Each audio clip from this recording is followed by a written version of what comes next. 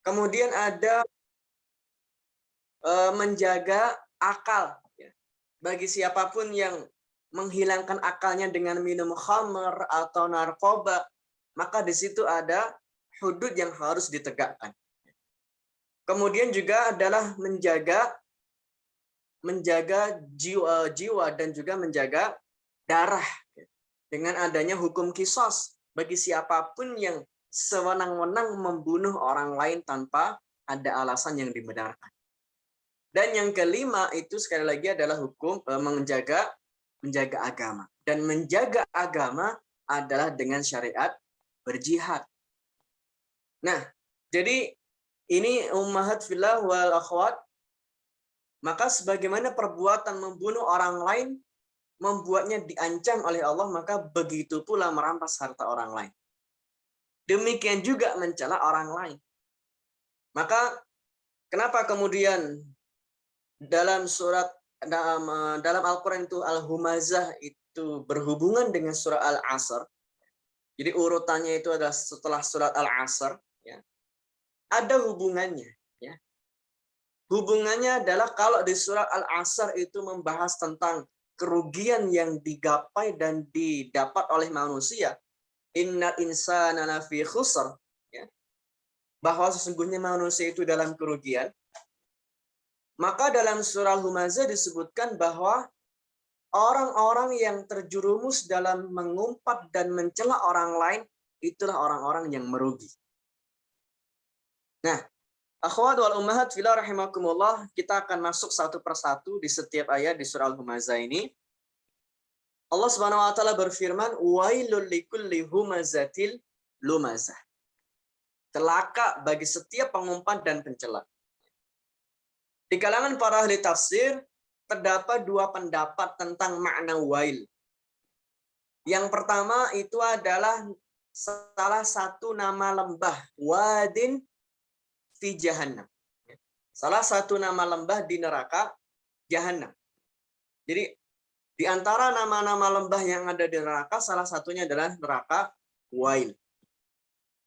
Dan juga dalam ayat-ayat Al-Quran akan sering kita temukan juga misalkan ada kalimat naru jahannam, neraka jahannam, atau kemudian neraka sa'ir, ya.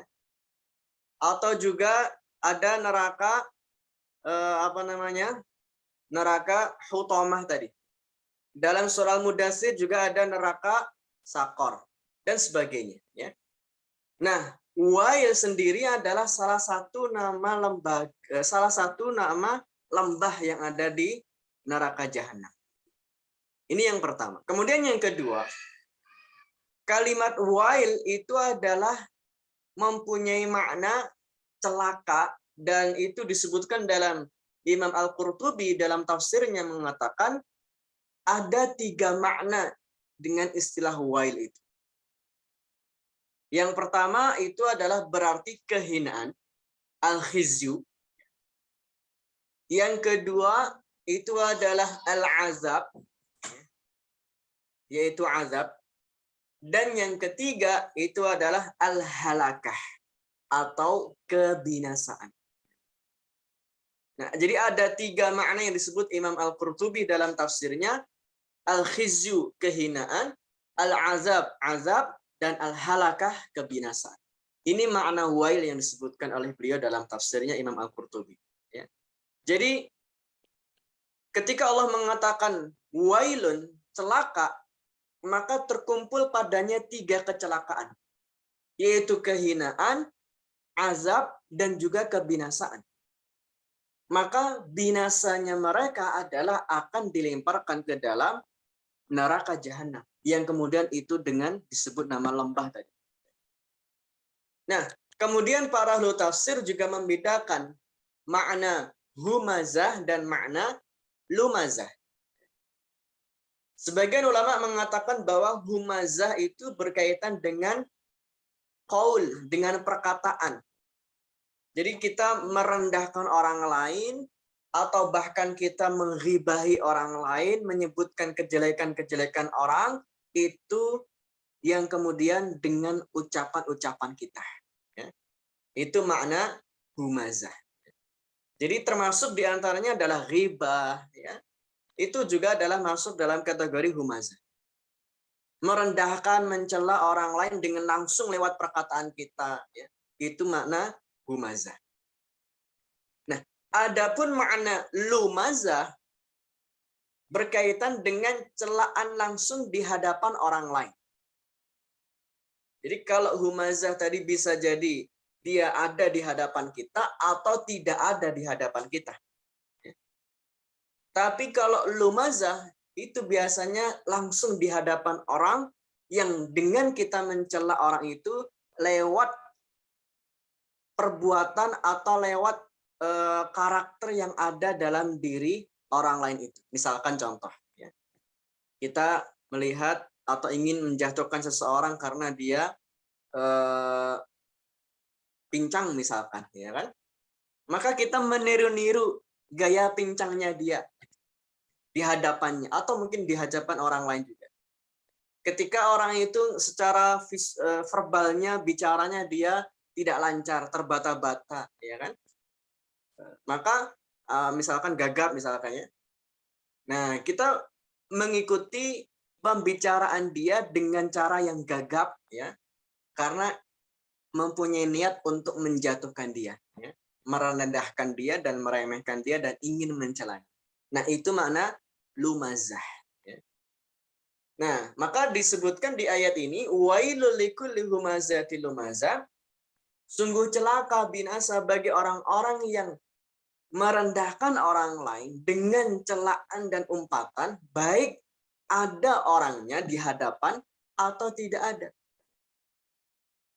Maka ini yang kemudian menjadi satu pelajaran bagi kita bahwa ketika seseorang menjatuhkan orang lain, ya, dan itu baik lewat ucapan maupun lewat perbuatannya, maka disinilah Allah memberikan satu ancaman dengan neraka wail. Dalam satu kaidah, ketika Allah memberikan ancaman dengan sebutan ancaman neraka, maka itu di antara dosa-dosa besar.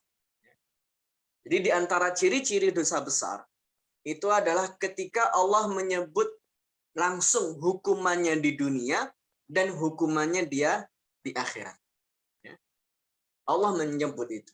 Dan itu ciri-ciri dosa besar. Nah, seseorang boleh menjatuhkan orang lain jika syariat itu memperbolehkan. Seperti orang tersebut memang orang yang sangat tercela, ya. Tetapi menjatuhkan orang lain dalam hal ini sesama kaum muslimin dengan tanpa hak, tanpa dengan alasan yang dibenarkan, maka tentu menjadi sesuatu yang haram dan tidak diperbolehkan. Dan perbuatan tersebut merupakan indikasi orang itu mempunyai sifat kesombongan dalam dirinya. Merasa dirinya lebih hebat, ya, sehingga dia mudah menjatuhkan orang lain. Makanya ketika kita mengaji Al-Quran ini, jangan sampai kita terlontar dalam diri kita, dalam ucapan kita ini adalah ana khairun min. Aku ini lebih baik darinya. Dan perlu kita tahu bahwa kalimat ini, ana khairun minhu, aku lebih baik dari orang lain, itu adalah kalimat iblis. Dan dengan kalimat itulah Allah memberi laknat kepada iblis. Dengan kalimat itulah ana khairun minhu, aku lebih baik darinya. Allah mengeluarkan iblis dari surga dan mendapatkan laknat, bahkan akan dijanjikan ke dalam neraka jahanam. Nah, inilah yang kemudian perlu menjadi pelajaran bagi kita. Sekali lagi, jangan sampai kalimat ana khairun minhu, aku lebih baik darinya, dari sisi apapun itu, yang kemudian akhirnya kita akan mewarisi sifat-sifat iblis dalam diri kita. Ketika masih ada kalimat ana khairun minhu. Maka Rasulullah Shallallahu Alaihi Wasallam menyebutkan bahwa yang namanya sombong itu adalah batarul haq wa ghamtun nas. Menolak kebenaran dan merendahkan serta meremehkan manusia yang lain. Itulah kesombongan. Nah, apalagi kalau bicara dalam sisi wailul likulli humazatil lumazah, di antaranya adalah dengan mencela apa yang ada dalam diri orang itu karena ada aib, karena ada cacat dalam fisik. Jadi masuk dalam kategori lumazah juga ya, seperti yang tadi kita contohkan ya. Ketika ada orang yang Allah memberikan ujian kepadanya, ya, dia gagap dalam bicara, ya. Allah memberikan ujian, dia pincang kakinya, ya. Allah memberi ujian, dia botak, ya, nggak bisa keluar rambutnya misalkan, ya. Dan hal-hal yang seperti itu, ada kekurangan fisik dalam diri manusia itu yang menjadikan seseorang meremehkan orang lain, itu masuk dalam kategori lumazah. Nah, sehingga Rasulullah SAW menyampaikan satu doa ya, bagi kita semuanya yang perlu kita catat semuanya. Ya. Doa ketika melihat orang lain dengan keterbatasan fisik. Ya. Jadi saat kita melihat orang lain itu mempunyai keterbatasan fisik, ya, entah itu cacat atau entah itu ada kekurangan hal yang lain, ya, maka ada doanya. Ada doanya yang harus kita baca. Ya.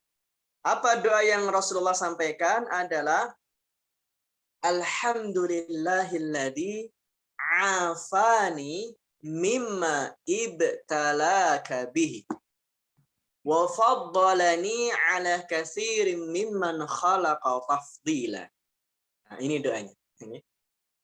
Alhamdulillahilladzi afani mimma ibtalaka bihi wa faddalani ala katsirin mimman khalaqa tafdila. Nah, apa maknanya? Alhamdulillah segala puji bagi Allah alladzi afani yang telah memberikan kesehatan yang sempurna kepada kita mimma ibtalaka bihi dari orang lain yang engkau berikan ujian kepada mereka.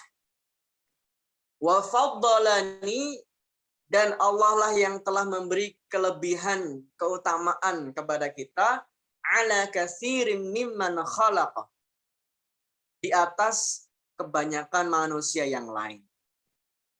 Nah, ini bisa kita baca ya ketika kita melihat orang lain dalam kondisi baik itu keterbatasan fisik ya atau mungkin dalam kondisi cacat ya. Sehingga kita tidak sampai untuk mencela mereka, apalagi memberi umpatan kepada mereka, dan itulah yang Rasulullah ajarkan kepada kita. Ya. Saya mempunyai 21 santri, ya, anak berkebutuhan khusus, ya, yang mereka semuanya belajar Al-Quran. Ya. Dan Masya Allah ketika kita melihat kondisi mereka yang seperti itu, menjadi bentuk syukur kita yang sangat luar biasa banyak yang Allah berikan kepada kita semuanya. Maka yang kita baca wujud syukur ini, hamdalahnya ini, kalau hanya alhamdulillah saja, itu sudah cukup sebenarnya. Tapi ada yang lebih lengkap tadi yang Rasulullah sampaikan, sebagaimana tadi kita bacakan. Nah, nanti silakan bisa dicari di Google doa ini, ya. Nanti silakan dihafalkan. Ya, silakan dihafalkan. Kita tidak akan menghafalkan di sore hari ini. Oke. Nah, kemudian yang selanjutnya, ibu-ibu dan akhwat yang rahmati Allah, maka apa yang menjadi pelajaran bagi kita di surah Al-Humazah ini? Pelajaran yang sangat penting bagi kita di surah Al-Humazah ini adalah bagaimana kita bisa menjaga lisan. Ya. Supaya lisan kita ini tidak mudah untuk mencela, tidak mudah untuk mengumpat, tidak mudah untuk merendahkan orang lain. Baik orang itu ada di hadapan kita atau tidak ada, kita tidak mudah untuk berbicara tentang mereka. Ya. Ini menjadi pelajaran yang sangat penting dalam surah Al-Humazah. Nah, Ibnul Qayyim di dalam kitabnya menyebutkan ada 8 bahaya lisan. Afatul lisan. Maaf, ini suara saya masih terdengar jelas apa tidak ya karena kondisi hujan. Masih Ustadz. Masih Masih, terdengar? Masih, Ustaz. Ya, ini hujannya cukup deras di rumah saya, ya. Jadi khawatir kalau suaranya tidak terdengar. Oke, baik, kita lanjutkan kalau masih terdengar baik. Nah, jadi afatul lisan, ya, bahaya lisan itu kata Ibnu Qayyim ada 8. Yang pertama, ketika lisan itu suka berbohong. Ketika lisan ini suka berbohong. Yang kedua, ketika lisan ini mudah untuk berburuk sangka, suudzon kepada orang lain. Yang ketiga, ketika lisan ini mudah untuk menggunjing, menghibah, membicarakan hal yang ada pada diri orang lain, yang dia sendiri tidak suka untuk dibicarakan kepada orang umum. Yang keempat adalah mudah lisan ini untuk mengadu domba antara satu dengan orang lain yang sehingga akan muncul permusuhan. Yang kelima, ketika mudah untuk melaknat atau mengutuk sesama muslim. Melaknat, mengutuk sesama muslim. Yang keenam, mudah lisan ini untuk bicara yang tidak ada manfaatnya dan tidak perlu. Yang ketujuh, mudahnya lisan ini untuk banyak berdebat terhadap sesuatu yang tidak penting. Dan yang ke-8 adalah dengan mudahnya lisan ini untuk berbicara kotor sehingga bisa mematikan hati. Jadi Masya Allah, ini lisan yang kita miliki dalam tubuh kita ini meskipun kecil tapi mempunyai bahaya yang sangat luar biasa ketika kita tidak mampu menjaganya. Ya. Makanya Rasulullah SAW dalam sabdanya menyebutkan bahwa Rasul memberikan jaminan seseorang itu masuk surga ketika bisa menjaga 2 hal dalam diri kita. Apa 2 hal tersebut? Adalah lubang yang ada di mulut kita ini, yang itu berasal dari lisan. Yang kedua, ketika bisa menjaga bainal fakhidain, antara 2 paha, yaitu adalah kemaluan. Maka sekali lagi, barang siapa yang bisa menjaga lisan dan juga bisa menjaga kemaluan, maka Rasulullah menjamin dia bisa masuk surga. Maka ini yang perlu kita ambil pelajaran dari surah Al-Humazah. Jangan sampai lisan kita ini mudah untuk membicarakan tentang keburukan orang lain.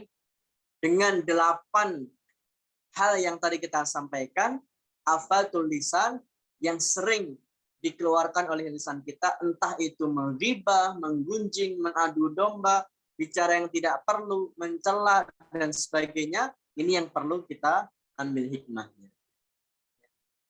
Nah, kemudian yang berikutnya, ya Fafillah rahimakumullah, ya. Maka apa yang kemudian menjadi sikap kita dengan lisan kita ini adalah tentu yang pertama dengan merenungi bahayanya penyakit-penyakit lisan.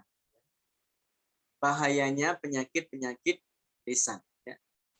Nah, makanya dalam hadis riwayat Ahmad dan Tirmidzi, ya, Rasulullah SAW mengatakan, dan yang paling banyak menjadikan manusia masuk surga itu adalah taqwallah wa husnul khuluq.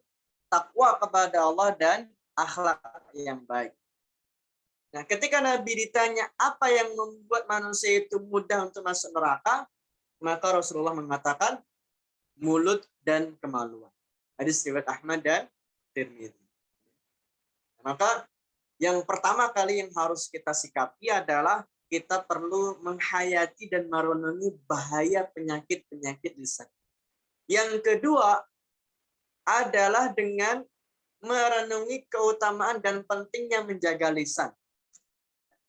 Sebagaimana tadi kita sampaikan, dalam sabda Nabi adalah Rasulullah sampai menjamin seseorang itu bisa masuk surga ketika menjaga dua hal tadi, mulut dan kemaluan. Ya.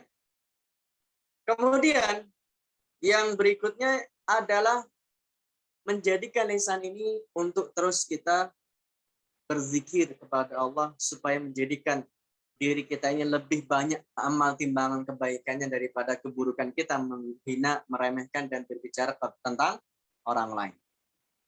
Nah, ibu-ibu dan akhwat fillah rahimakumullah, bicara tentang menceritakan aib orang. Tadi yang kita sebut dalam kategori riba, ya.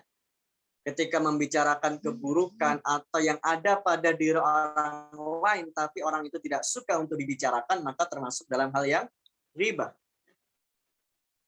Tapi para ulama menyebutkan bahwa membicarakan aib orang lain itu boleh dalam 4 hal. Menceritakan aib seseorang itu boleh dalam 4 hal. Yang pertama itu adalah dalam kategori al-istifta. Al-istifta itu maksudnya adalah untuk meminta fatwa atau hukum kepada para ulama tentang seseorang.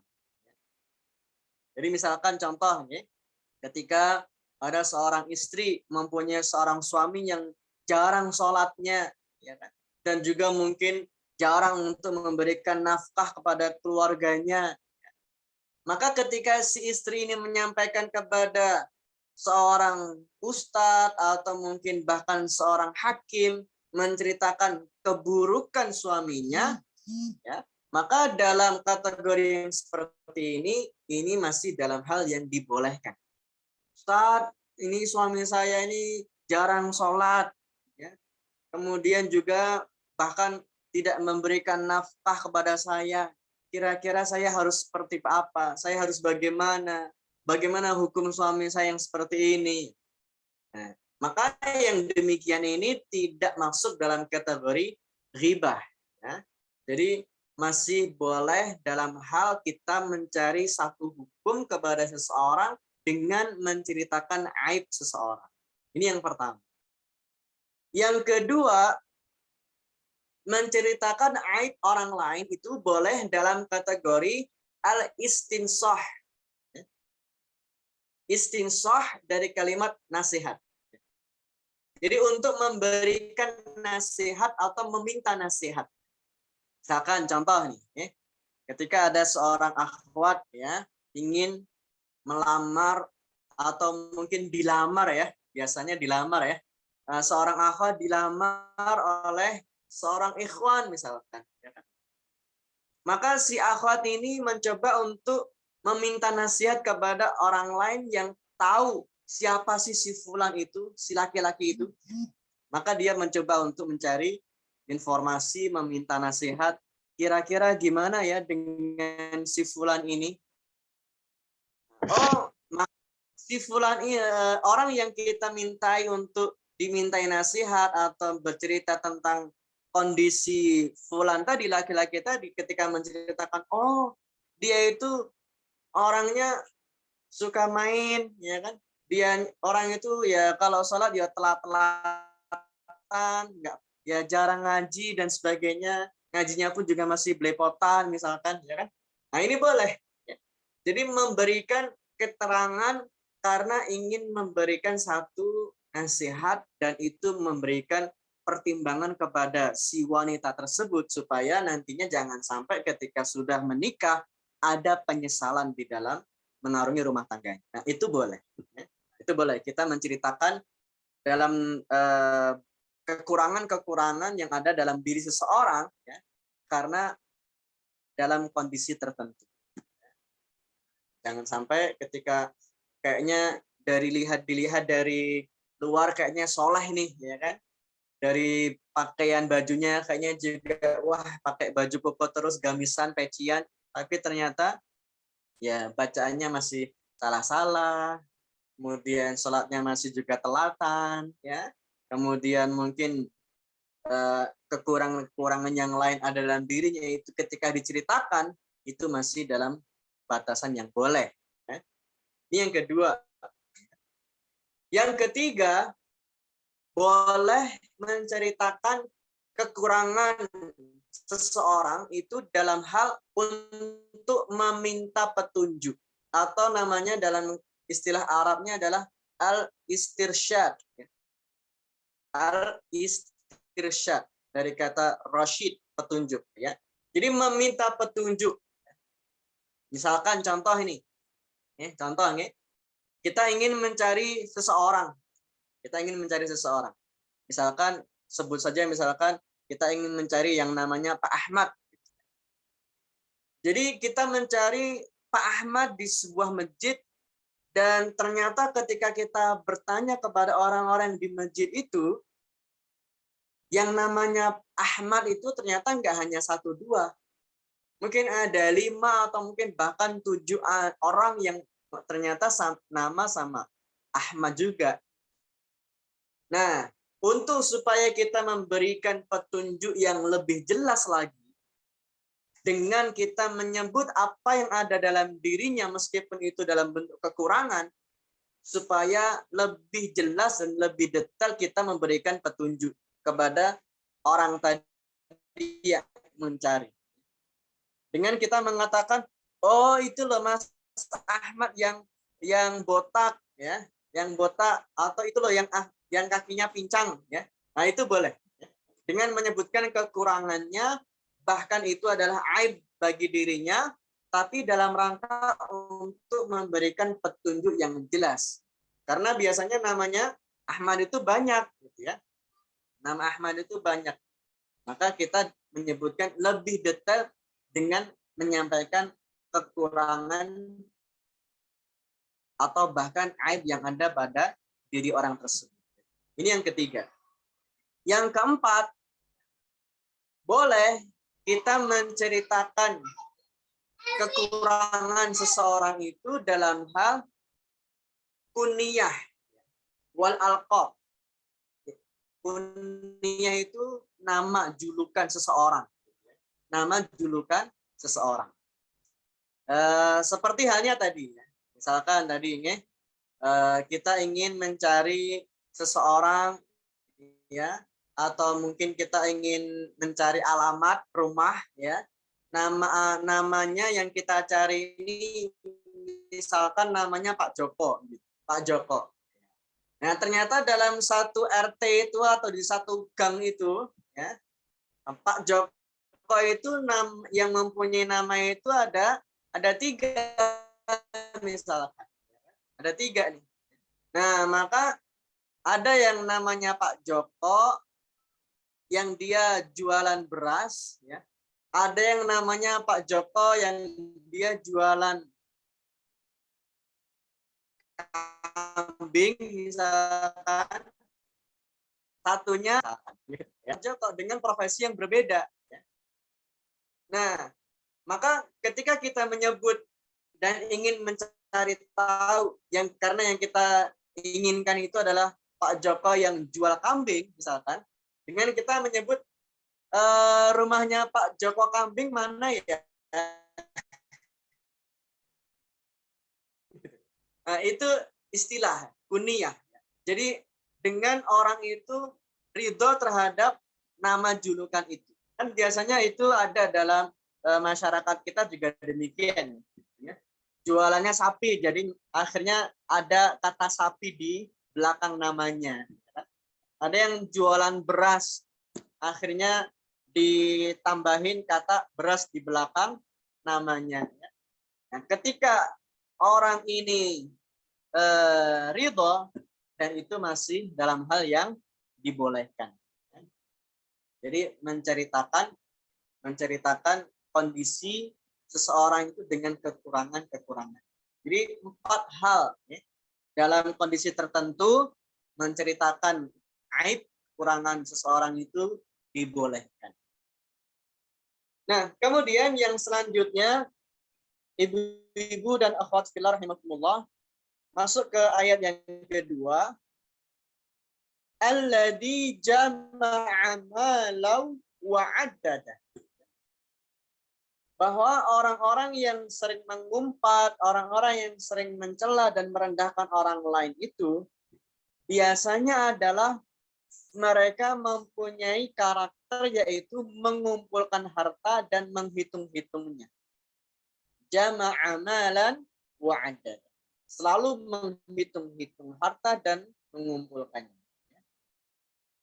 Mungkin di akhir-akhir ini kita beberapa kali menjumpai berita-berita ya, entah itu artis atau pejabat yang pamer duit ya, baik itu pamer secara langsung atau mungkin pamer tampilan ATM-nya sekian juta, sekian miliar ya, dan selalu menghitung-hitung. Nah, inilah yang kemudian menjadi satu kondisi bahwa mereka orang-orang yang terlena dengan harta itulah yang juga dalam kategori kebinasaan. Ketika mereka sudah sangat terlena dengan harta itu. Maka disebutkan dalam ayat yang kedua, alladzi jama'a mala wa 'addada, ketika seseorang terus mengumpulkan harta dan tidak henti-hentinya siang malam dia terus mencari harta-harta duniawi dan terus mengumpulkannya sampai dia kelelahan bahkan sampai meninggal dunia karena dalam rangka ingin mencari harta yang sebanyak-banyaknya. Dan ayat yang ketiga dikuatkan oleh Allah dengan kalimat yahsabu anna malahu akhlada. Dia mengira bahwa harta itu dapat menjadikan dia kekal atau bisa mengekalkannya. Maka inilah yang menjadi pelajaran bagi kita ya, bahwa kita sebagai seorang muslim perlu ada sikap dalam melihat harta yang ada di dunia ini. Ya. Paling tidak ada 3. Paling tidak kita mempunyai 3 sikap dalam kita mensikapi harta yang kita miliki. Apa yang pertama? Yang pertama adalah meyakini bahwa semua yang ada pada diri kita, uang, harta yang kita miliki, semuanya adalah milik Allah. Semuanya adalah milik Allah. Maka seringkali kita membaca ayat Al-Quran dengan kalimat walillahi ma fis samawati wa ma fil ard. Bagi Allah itu adalah langit dan bumi. Dalam kalimat istirja, dalam kalimat inna lillahi wa inna ilaihi rajiun, itu juga menyebut bahwa kita semuanya ini adalah milik Allah. Termasuk juga adalah harta kita. Harta kita ini semuanya adalah milik Allah. Maka ini yang harus kita yakini. Kemudian yang kedua, yang menjadi sikap kita terhadap harta adalah meyakini bahwa apa yang kita miliki dari harta ini adalah Allah yang ngasih dan menitipkan kepada kita. Allah yang memberikan, Allah yang menitipkan harta itu kepada kita.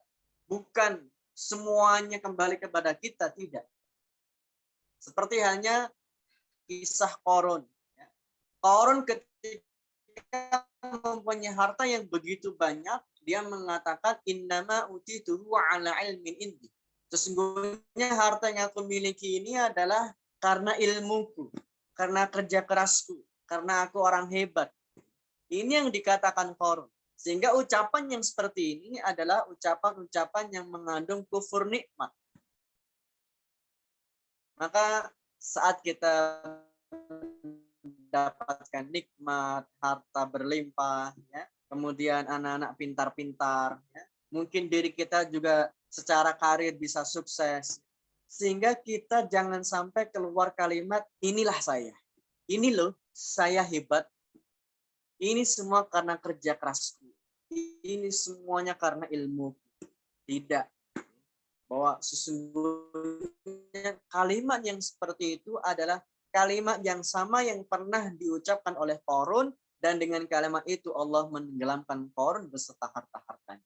Maka apa yang kita lafadzkan dari lisan kita ketika mendapatkan nikmat, kita perlu belajar dari seorang Nabi Sulaiman. Nabi Sulaiman, dia seorang nabi, seorang raja, beliau mempunyai segalanya. Kerajaan ada, pasukan dari manusia, bangsa jin, bahkan hewan, binatang, angin sekalipun bisa menjadi pasukannya Nabi Sulaiman. Dengan kondisi Nabi Sulaiman yang seperti itu, dia tidak mengatakan, ini loh aku raja, ini loh aku orang hebat. Tapi Nabi Sulaiman mengatakan, hada min fadli Rabb. Ini semuanya adalah karunia Tuhan. Ini semua adalah karunia Tuhan. Hada min fadli Rabb. Maka saat karir kita sudah mencapai kesuksesan, ya, atau mungkin kita dalam kondisi berlimpah harta, ini yang harus kita sampaikan. Hada min fadli Rabbi. Ini semuanya karena karunia Tuhan. Bukan kita yang hebat, tapi Allah yang memberikan.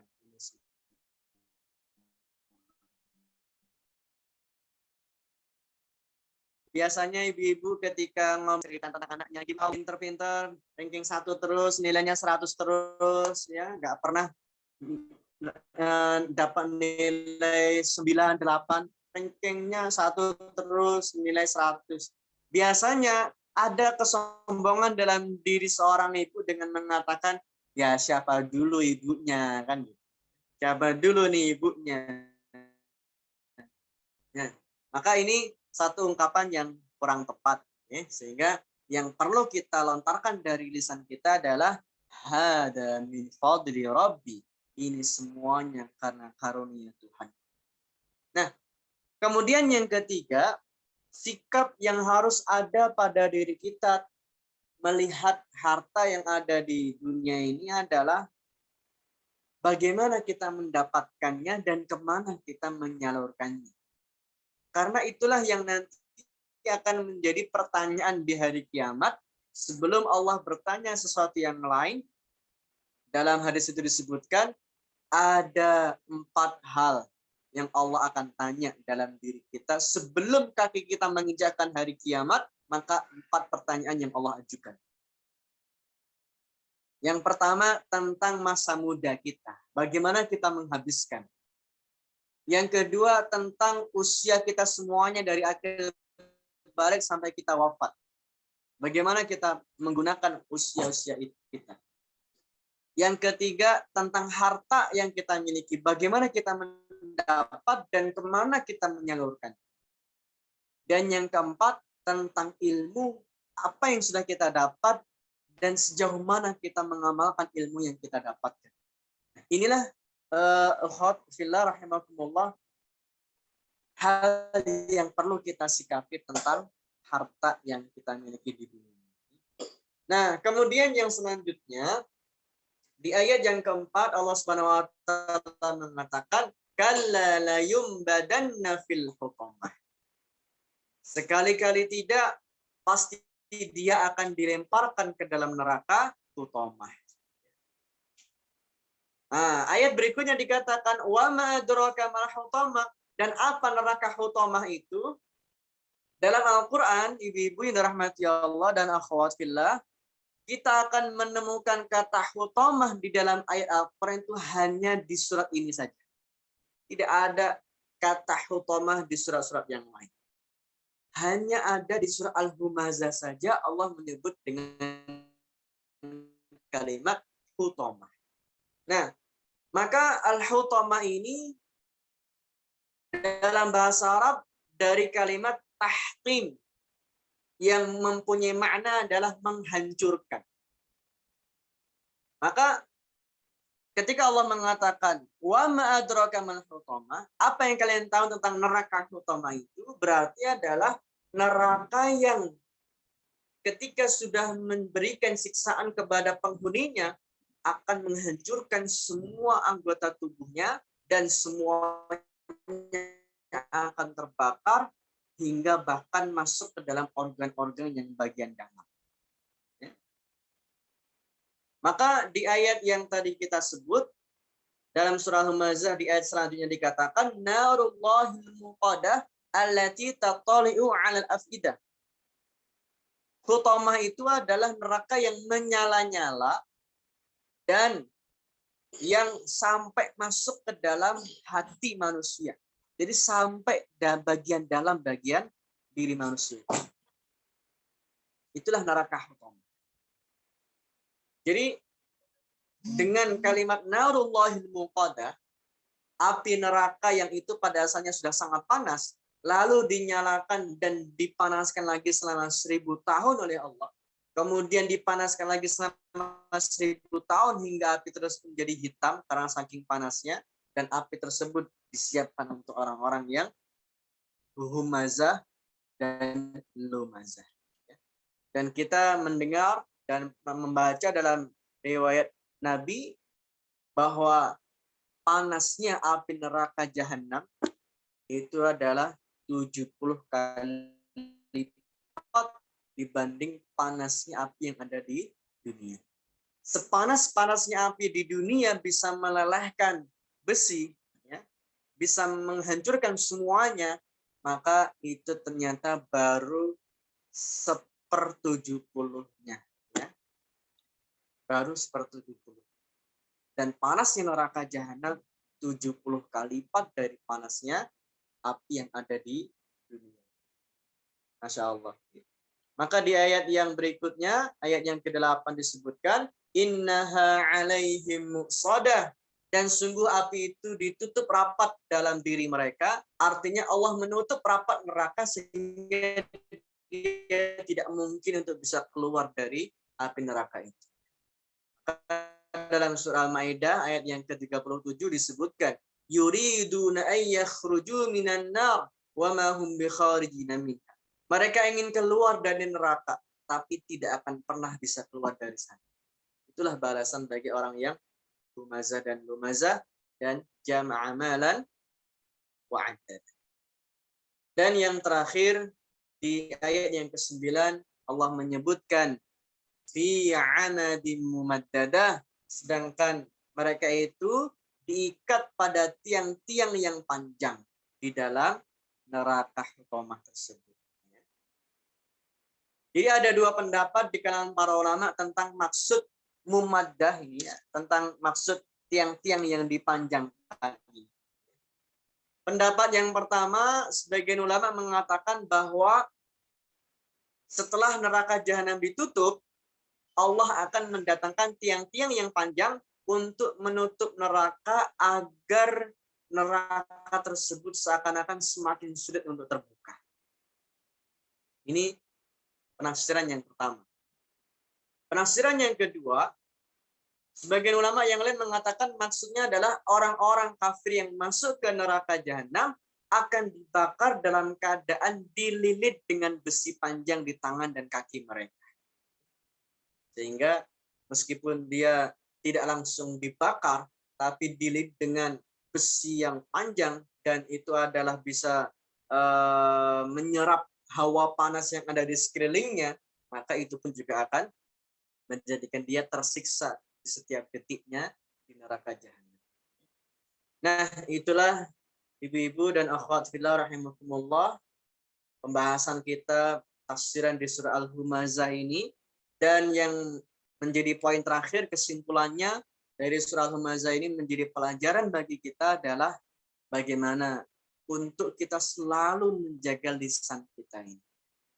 Menjaga lisan kita ini supaya tidak mudah untuk mencela, tidak mudah untuk menghibah, membicarakan orang lain, memfitnah, melaknat orang, merendahkan orang, ya, dengan kekurangan-kekurangan fisiknya, dan hal apa saja yang keluar dari lisan kita hendaklah kita jaga, dan hendaklah yang keluar dari lisan kita ini adalah kalimat-kalimat yang baik, sebagaimana Rasulullah dalam sabdanya mengatakan, man kana yu'minu billahi wal yawmil akhir falyaqul khairan aw liyasmut.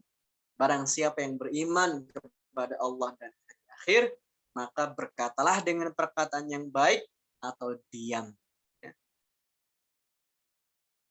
Dan yang kedua menjadi pelajaran kita di surah Al-Humazah ini adalah bagaimana kita mensikapi harta yang kita miliki ini. Jangan sampai kita termasuk kategori orang-orang yang orientasinya hanya duniawi semata, hanya harta saja, dan dia lupa bahwa ada akhirat yang akan dia tuju nanti di hari kiamat. Untuk kita semuanya, ya, surat yang lain di pertemuan berikutnya. Mohon maaf atas segala kekurangan. Aku qouli hadza astaghfirullah li wa lakum. Assalamualaikum warahmatullahi wabarakatuh. Waalaikumsalam warahmatullahi wabarakatuh. Alhamdulillahirrahmanirrahim. Terima kasih banyak Ustadz atas materinya. Acara selanjutnya adalah tanya jawab. Mungkin dari saudara-saudara sekalian semua, teman-teman dan ibu-ibu yang ingin bertanya, silahkan menuliskan pertanyaan di kolom chat atau menekan fitur raise hand. Monggo silahkan ditanyakan yang ingin ditanyakan teman-teman dan ibu-ibu semua. Jangan sampai ini ya, kesempatan nih untuk banyak materi yang sudah tadi kita dengarkan dari Ustadz Rudi gitu, betapa kita harus menjaga lisan kita juga dan bagaimana kita mengusahakan harta yang kita dapatkan gitu. Monggo ada yang ingin bertanya? Oke, kalau misalnya nggak ada yang ingin bertanya gitu atau masih menyiapkan pertanyaan, saya pengen bertanya nih Ustadz nih, boleh ya? Saya pertama kali nih ingin bertanya.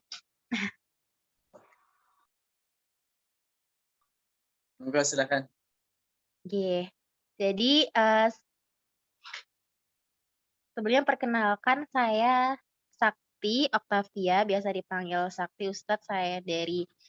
Asal saya dari Bekasi, kayak alumni dari UNS gitu. Alhamdulillah sekarang saya sudah bekerja sekitar kurang dari 1 tahun lah, mungkin 6 bulan ke atas gitu. Yang ingin saya tanyakan terkait tadi sih Ustadz, menjaga lisan gitu. Saya sudah berusaha untuk menjaga lisan saya gitu di dunia pekerjaan, tapi ada momen di mana saya ternyata harus dengar dari orang-orang yang tidak menjaga lisannya gitu, atau sering ngomongin orang dan sebagainya gitu.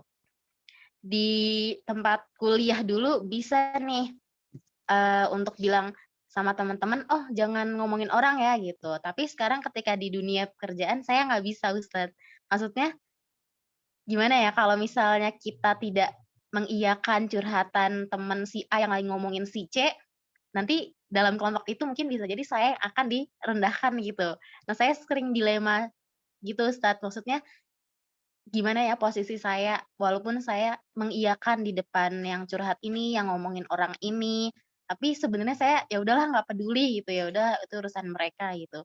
Kayak gitu gimana gitu. Saya dosa nggak ya masih memperdengarkan curhatan mereka atau mungkin saya harus menghindar secara total, tapi kan kalau misalnya menghindar tuh nggak bisa Ustadz, kayak dia lagi ngomongin ini gitu, partneran jaga gitu, samping-sampingan sedangkan saya nggak dengerin. Pasti kan nanti bakalan yang lebih saya akan menjadi orang yang digunjing juga, ini juga, direndahkan juga gitu. Kayak gitu gimana nih Ustadz nih? Mungkin Ustadz punya pengalaman atau tanggapan-tanggapan apa sih yang harus saya lakukan gitu menghadapi persoalan seperti itu. Terima kasih banyak Ustadz.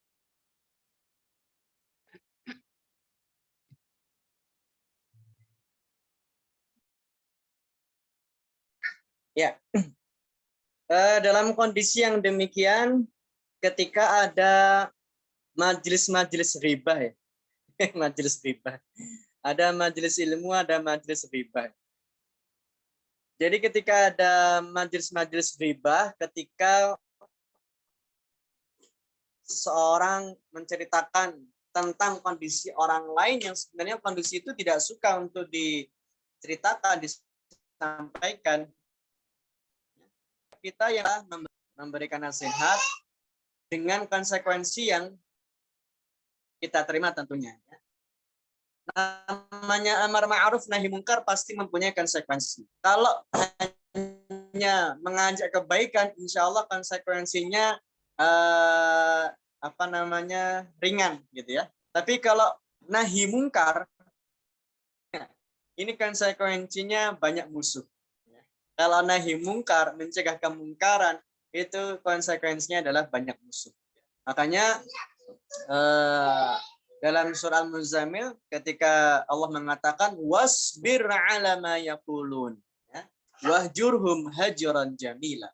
Dan bersabarlah dengan ungkapan komentar-komentar orang lain dan jauhilah mereka dengan cara yang baik.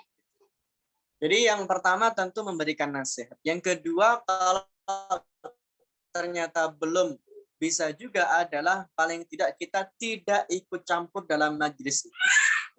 Tidak ikut campur dalam majelis itu.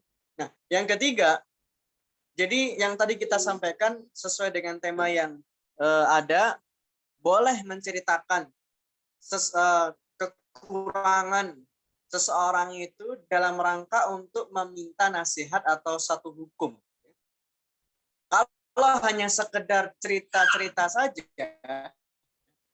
berarti itu masuk perkara riba. Kalau hanya sekedar cerita saja dan hanya untuk meramaikan suasana dengan kita menceritakan kondisi seseorang. Kalau tidak ada dalam minta nasihat atau mencari solusi atau mencari hukum tertentu, ya. Nah, ini masuk dalam kategori yang dilarang. Tapi kalau dia curhat kepada kita untuk meminta nasihat, ya itu nggak ada masalah dan kita boleh untuk memberikan nasihat-nasihat tentang kondisi seseorang itu yang kita bicarakan. Jadi minimal ada 3 sikap tadi yang kita lakukan, ya, meskipun dengan konsekuensi yang bisa jadi berat bagi kita, ya, entah itu ya dibilang alim lah atau dibilang sok suci lah dan sebagainya, ya, itu tentu menjadi satu konsekuensi tersendiri. Tapi paling tidak minimal 3 sikap itu harus kita perlihatkan. Ya. Saya kira itu nggih. Iya, terima kasih banyak Ustadz atas jawabannya.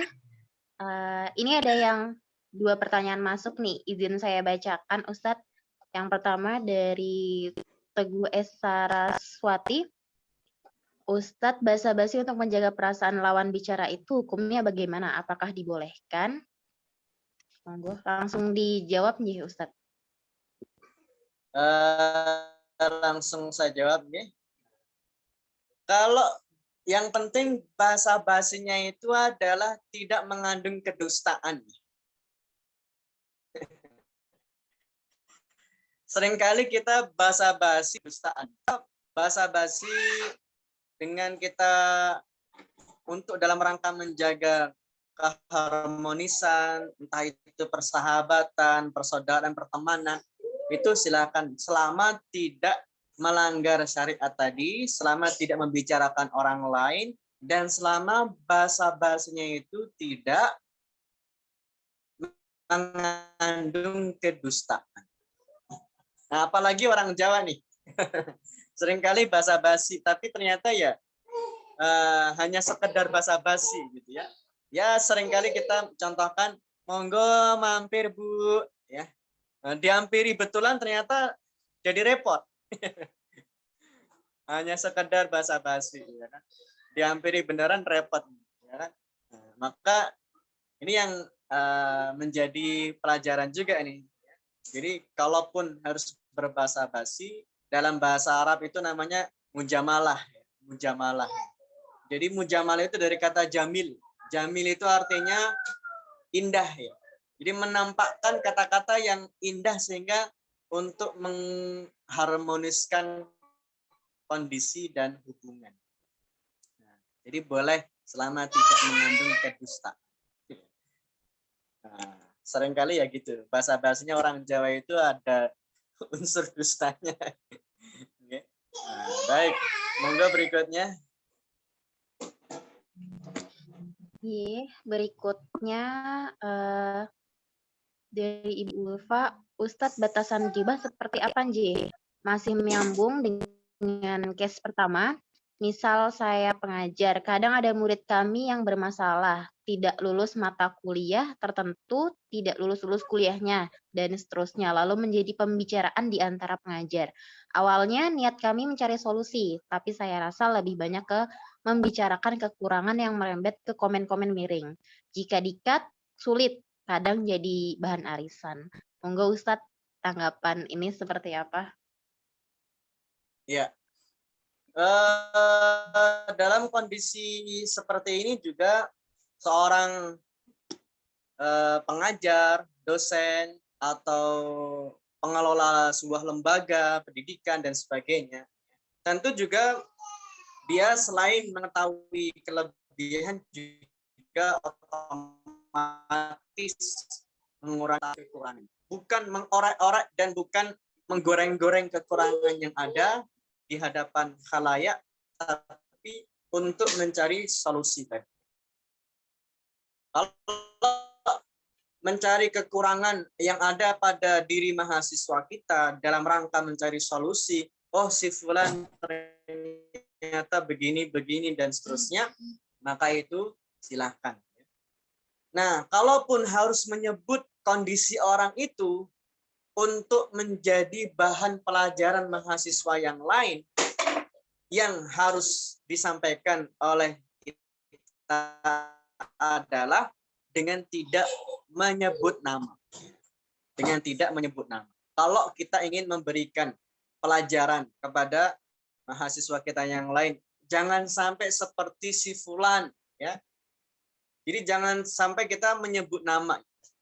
Oh, jangan seperti dia loh, si Ahmad itu loh. Nah, itu yang kemudian kita jauhi, kita hindari dengan menyebut nama seseorang tertentu. Sebut saja karakternya seperti apa, ya. Kemudian sifat-sifatnya yang harus dijauhi bagaimana, itu yang hendaknya kita lakukan. Tapi kalau ingin memberikan satu hukuman misalkan, ya kan? Misalkan nih, nggak lulus-lulus, wah ini gimana nih? Bayar juga enggak, ngerjain skripsi juga enggak, ya. Kayaknya harus di wajah ini. Untuk menentukan satu keputusan hukum kebijakan itu boleh saja kita menyebut-nyebut namanya dan membahas dalam forum kita tidak masalah. Tapi untuk disampaikan kepada mahasiswa yang lain tentu hendaknya tidak menyebut nama. Kemudian kalau dalam kondisinya sudah akhirnya berlebihan, ya otomatis kita perlu menghindari majelis-majelis ucapan-ucapan yang seperti itu. Ini kalau sudah dalam kondisinya sudah berlebihan, sudah kayaknya bukan lagi mencari solusi, bukan lagi mencari bagaimana apa nih kebijakan kita untuk si mahasiswa ini. Hanya sekedar menjadi obrolan biasa dan jadi satu kebanggaan, oh saya punya mahasiswa yang mempunyai kekurangan ini dan itu. Itu yang menjadikan akhirnya pembicaraan itu tidak dibolehkan. Tapi ketika dalam lagi mencari satu hukum, itu yang masih dalam kondisi boleh. Begitu. Mungkin terakhir berikutnya, atau masih dua lagi? Masih ada dua lagi Ustadz Pekon. Ya, monggo. Dua lagi, nggih. Oke, selanjutnya tadi dari Aniska, Afwan Ustadz mohon izin bertanya. Jika kita sebagai seorang istri atau ibu di mana dikatakan bahwa lisan ibu itu mukti, sehingga benar-benar harus dijaga apalagi kepada suami atau anak. Namun ada keadaan di mana kita sedang kesal, kemudian di hati terbersit kata atau membatin itu hal yang jelek. Apakah terbersit dalam hati itu sudah termasuk dalam kategori mendoakan keburukan meskipun tidak sampai terucap? Monggo Ustadz langsung dijawab. Ya. Kalau hanya masih dalam hati kita, masih dalam batin kita, tidak masuk dari doa. Karena doa itu harus terucap. Namanya doa itu adalah harus terucap secara lisan. Meskipun Allah itu maha mendengar doa hambanya, tapi yang namanya doa itu harus terucap. Nah, makanya dalam banyak ayat menyebutkan misalkan ud'uhu tadarruan wa khufyah, dan berdoalah kalian kepada Allah dengan ucapan yang lirih dan tidak perlu harus keras-keras. Nah, berarti doa itu kan sesuatu yang harus diucapkan. Tapi kalau hanya dalam batin kita saja, ya, maka itu belum dikatakan doa. Nah, kalau baru di dalam batin saja, dalam hati saja, bisa jadi akan memunculkan penyakit-penyakit hati yang lain. Entah itu suudzon, entah itu hasad, ya, kebencian, kedengkian, itu yang nanti akan muncul kalau hanya di batin saja. Nah, perlu kita belajar dari seorang Abu Dhamdam, seorang sahabat yang dijamin masuk surga. Kenapa dia dijamin masuk surga? Karena dia juga menjaga hati dengan saudaranya yang lain. Menjaga hati dengan saudaranya yang lain. Ketika ada yang mendoliminya, ada yang berbuat keburukan kepadanya, dia sudah melampangkan hatinya untuk saudaranya ini, sehingga tidak ada lagi kebencian, tidak ada lagi suudzon, prasangka. Dan dengan begitu, Abu Dhamdam ini termasuk sahabat yang masuk surga. Karena amalan hatinya dengan saudara. Dia banyak rakaatnya, banyak, ternyata tidak. Abu Dhamdam ini amalannya biasa saja. Tapi hatinya dengan saudara, dengan orang lain, itu selalu lapang. Selalu lapang. Meskipun dia dalam kondisi yang terdolim. Jadi selalu lapang hatinya. Dan itu dia lakukan setiap malam sebelum menjelang tidurnya. Dia lapangkan hatinya. Nah, itu yang perlu kita belajar. Jadi jangan sampai ketika kita membatin, akhirnya kita muncul rasa kebencian, kedengkian, dan itu yang harus kita waspadai. Kalau sudah muncul kedengkian, maka bisa jadi. Dalam hadis Nabi dikatakan, iyyakum wal hasad, jauhilah kalian dari perasaan hasad, dengki, ya, kepada orang lain. Karena dengki itu bisa menggugurkan pahala dan kebaikan sebagaimana api melahap kayu bakar. Jadi hilangkan perasaan itu, hilangkan prasangka, hilangkan kebencian, meskipun itu di dalam hati dan tidak sampai kita ucapkan. Kita perlu belajar untuk menjadikan hati kita ini lapang. Perlu belajar dari seorang Abu Dhamdam tadi. Monggo. Berikutnya. Berikutnya yang terakhir mungkin ya ini. Assalamualaikum warahmatullahi wabarakatuh. Perkenalkan, nama saya Rini Nur Khalifah, mahasiswa UNS. Ustadz izin bertanya, bagaimana cara kita memanajemen hati kita agar kita bisa membedakan antara membenci hal-hal tidak baik yang orang lain lakukan secara terang-terangan dan merendahkan pelakunya. Misal jika kita melihat orang lain pacaran, bagaimana kemudian kita menyikapi agar perasaan kita tidak sampai merendahkan orang tersebut. Monggo Ustadz langsung dijawab pertanyaan terakhir. Jadi ketika kita melihat saudara kita, teman kita, sahabat kita dalam kekhilafan dan jatuh kepada kekhilafan atau kesalahan, maka para ulama menyebutkan, ya, carilah pemakluman bagi mereka supaya kita hati ini bisa termanage, supaya hati kita ini tidak ada prasangka yang enggak, dan supaya hati kita ini selalu bersih. Carilah, bahkan ulama itu menyebutkan, carilah 90 pemakluman untuk dirinya. Ketika kita lihat teman kita ini bergoncengan dengan lawan jenis, kita cari pemakluman. Oh mungkin, ya. Oh mungkin dia saudaranya. Oh mungkin dia masih ponakan. ketika teman kita nggak ngaji, ya, oh mungkin dia lagi sakit, oh mungkin dia lagi nggak enak badan, oh mungkin dia lagi ada tugas. Ketika dalam kondisi misalkan sholatnya telat terus gitu, oh mungkin barangkali masih ada kewajiban-kewajiban yang lain sehingga dia masih terlambat dalam sholatnya. Ya. Jadi mencari pemakluman untuk saudara kita supaya kita bisa menjaga hati. Jadi jangan sampai kemudian akhirnya kita mengatakan, oh pacaran terus, ora tahu ngaji sholatnya ya telat-telat gitu. Akhirnya kita merendahkan mereka dan akhirnya kita menjadikan diri kita ini seperti ungkapan iblis tadi, ana khairun minhu. Aku ini lebih baik dari. Jadi jangan sampai.